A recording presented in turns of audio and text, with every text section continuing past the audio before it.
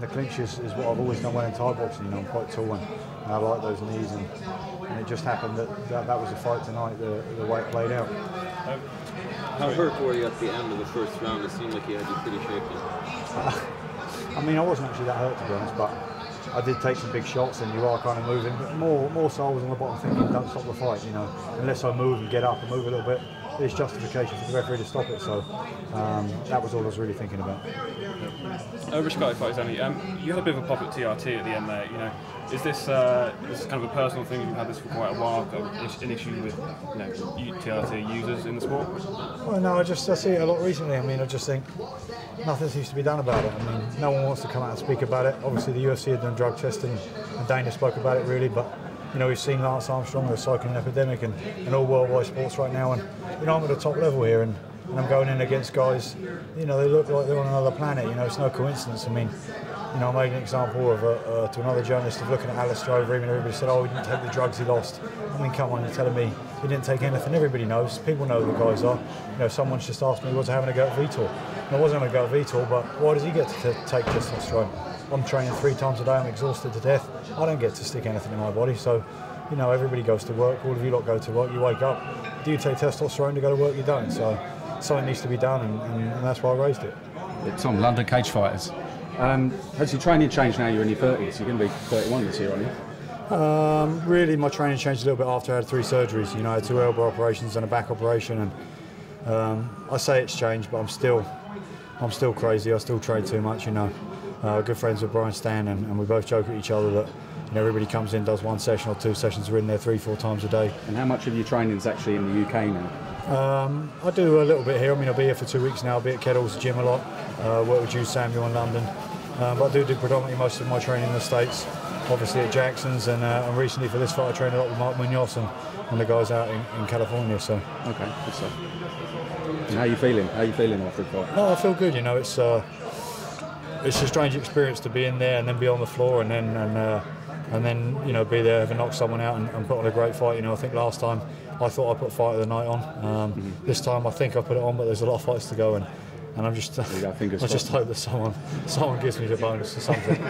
Tom, you spoke a lot about TRT there in your post-fight. Do you think that fighters cycling with regular steroids in their training camps is a big problem in the UFC? Would you be in favour of the VADA testing being brought into the UFC, random drug tests any time, as opposed to just fight night? Yeah, and I know everybody talks about how expensive it is, but listen, this is you know, it's an industry that makes a lot of money, and you know, look, as fighters, we pay our own medicals, we pay our blood work and our brain scans. Why isn't there maybe a fee that comes out that goes towards a drug test in a year? I mean, I do a drug test every day. I mean, the only people that say they won't is in my opinion, people who've got something to hide. So. You've always been a fan-friendly fighter, and today, that arena, I don't think I've heard it's like at a UFC for many fights, let alone. How important was that crowd? Did you hear them? Did it help at all? Did you hear them? Yeah, I mean, I pumped them up before the fight, and the weigh-in yesterday, you know, Cub Swanson said to me after as well, I think you had the loudest cheer, you know, in your 3rd fight. But like I said, I fought in this arena. That was my 7th fight at Wembley, and I've been fighting a long time in the UK, and for these fans, so I think a lot of the fans here have supported me. They've been on the journey and they've seen, you know, where I've been, and I just think it's good to repay them with a good victory. 12,000 cornermen yelling me too. Yeah. Phenomenal. That was an amazing performance. All right, thank you. You spoke about the challenging middleweights on TRT. Do you have anyone in particular that you'd like to challenge? No, I mean, you know, it's difficult for me to say because I think really half my division's probably on something. So, whatever, you know, it's whatever the UFC wanted to do. You know, I didn't choose Brad Device, I didn't choose Nedkov, and I'm not going to choose my next opponent. So Joe Silva, you know, gets paid very well, and look, he matched up the Nedkov fight, and look what happened. So, you know, I'll leave it in his hands, and I'm the type of fighter that, you know, I don't fear anybody, and I'll take a fight, and that's where I learn about myself. So.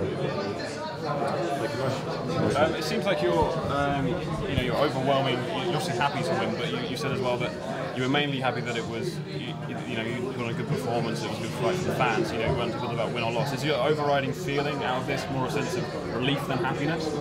I mean, everybody's going to go on what I'm saying now, but you know, I said this in my last fight.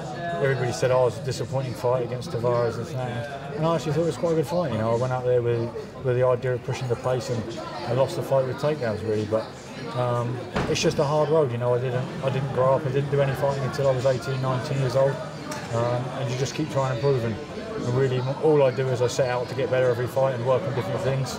And as I spoke about earlier, I didn't do any clinch for this fight, but you know, obviously I've done it years ago, and it paid off tonight. So right after this fight, I'll be back in the gym this week and just working hard until I get another fight. So. Sorry, Tom, one quick question. How important are fight of the night, sub of the night, knockout of the night bonuses for UK-based fighters where sponsorship mightn't be such a great thing? They're already going in at a little bit of a disadvantage. No great wrestling culture over here. They're the most exciting fights, but how important is it for the UK fighters? I think it's all fighters. You know, I think it's all fighters. I mean, the thing I'll say with the UFC now is the sponsorship, I think, has changed a little bit. And you know, unless you're on the main card, it's very hard to get sponsors. You know, I was on Facebook tonight and I lost 3 sponsors because of that. So, you know, these bonuses are important, and I spend all of my money training. You know, and you know, if I stop tomorrow, I'm going to 9 to 5 job like anyone else. So, these bonuses really just help me train and really pay my coaches to keep improving.